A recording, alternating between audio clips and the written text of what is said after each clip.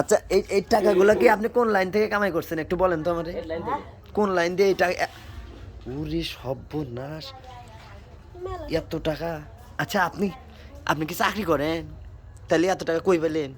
আমি আমি এত টাকা কই পেছি জানেন? হ্যাঁ, আমি হচ্ছে যে মডেল মডেল আমি হচ্ছে মডেল, এই জন্য এত টাকা জমাছি।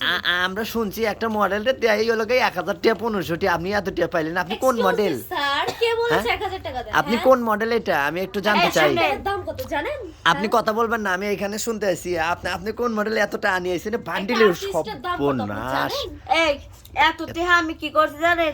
1 বছর ধরে জমাইছি, জমাইয়া আজকে মনে করেন যে সামনে লই এক বছর ধরে জমাইলে বান্ডিল হইব কেমনি? জমাইলে ওই যে এলোমেলো থাকবো।